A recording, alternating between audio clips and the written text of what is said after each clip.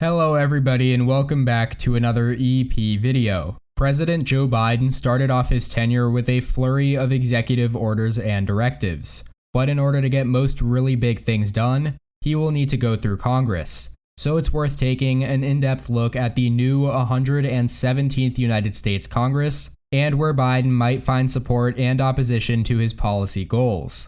Let's start with the big picture. The U.S. House has 222 Democrats and 211 Republicans. So Democrats in the House can afford to lose no more than 5 members' votes and pass any legislation that does not have any GOP support. In the U.S. Senate, Democrats have control but only barely, with Vice President Kamala Harris able to cast a tie-breaking 51st vote in a chamber where each party has 50 senators. Simply put, Democrats cannot afford any defections on party line votes. And generally, only judicial and cabinet nominations and then some budget bills can be passed with a simple majority in the Senate. So unless Democrats move to get rid of the filibuster, they would need the support of at least 10 Republicans in the Senate to pass bills. Looking closer though, there is a lot more going on beneath the surface of the new Congress, and in this video, we will discuss the factions and members on Capitol Hill to watch over the next 2 years. The first group of senators can be coined as the median Democrats. In this partisan era, getting universal support from Democrats in the House and Senate is probably the most important step in any effort by the Biden administration to pass legislation.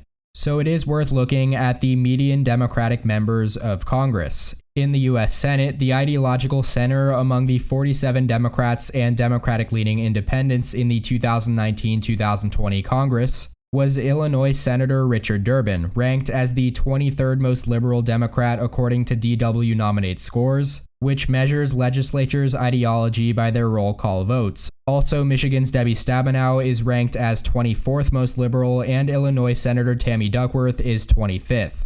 By 538's Trump score, which looks at how often members voted in line with Trump's position, the Democratic senators in the middle of the party were Oregon's Ron Wyden, Delaware's Chris Coons, and Vermont's Patrick Leahy.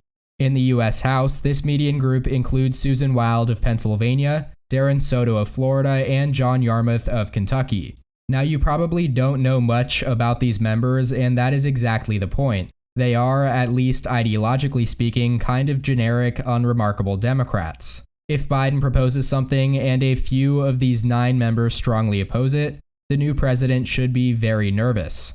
Now, as for the second most important group in my view, which is the conservative Democrats. It is likely that the most liberal Democrats in Congress will object to some of Biden's agenda just as intensely as their conservative counterparts, if for different reasons. But the more conservative Democrats are more likely to suggest that they fundamentally disagree ideologically with some of Biden's proposals, and that those proposals will hurt them electorally. So who are those most conservative Democrats? Arizona's Kyrsten Sinema and West Virginia's Joe Manchin are on the rightmost edge of the party in the Senate, according to both DW Nominate and 538's Trump score. And I would further expect Arizona's newly elected Mark Kelly to join that group as well, both because he ran as a fairly moderate candidate and because he must run for re-election next year in a state that is very evenly divided between the two parties. In the House, more conservative Democrats include Virginia's Elaine Luria, Pennsylvania's Connor Lamb, Oregon's Kurt Schrader, and Florida's Stephanie Murphy. Murphy and Schrader are part of the 18-member Blue Dog Coalition, which includes the most conservative Democrats and is likely to act as a bloc to fight legislation they feel is too liberal. Now, the third group consists of the most liberal Democrats, or the progressives, who are probably less likely to vote against Biden proposals compared to their conservative counterparts for 2 reasons. First, they will have no credible claim that voting for something that Biden favors would hurt them electorally, since more liberal Democratic members predominantly represent safely Democratic districts and states.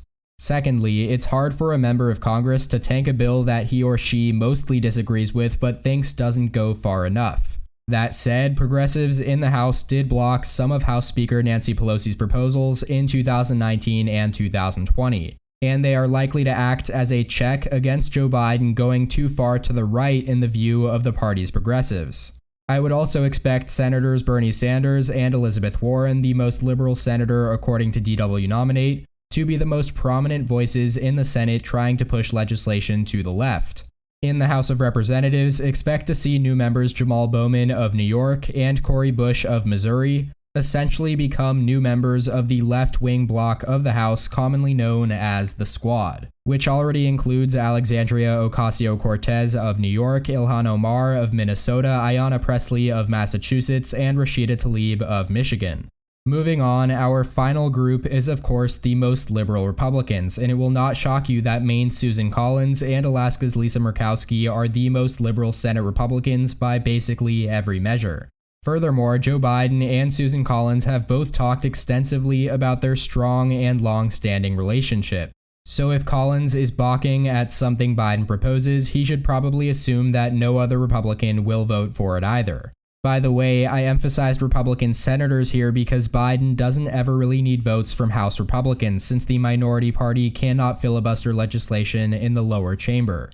Finally, the last thing to go over are the potential swing votes from Senate Republicans. The ideological scores don't give us a very clear sense of the more liberal Republicans after Collins and Murkowski. But Senators Mitt Romney of Utah and Ben Sasse of Nebraska were both critical of how former President Trump broke with Democratic norms and values. Although then again, they are both fairly conservative on policy, and I would not expect them to embrace some of the big spending plans that Biden has proposed.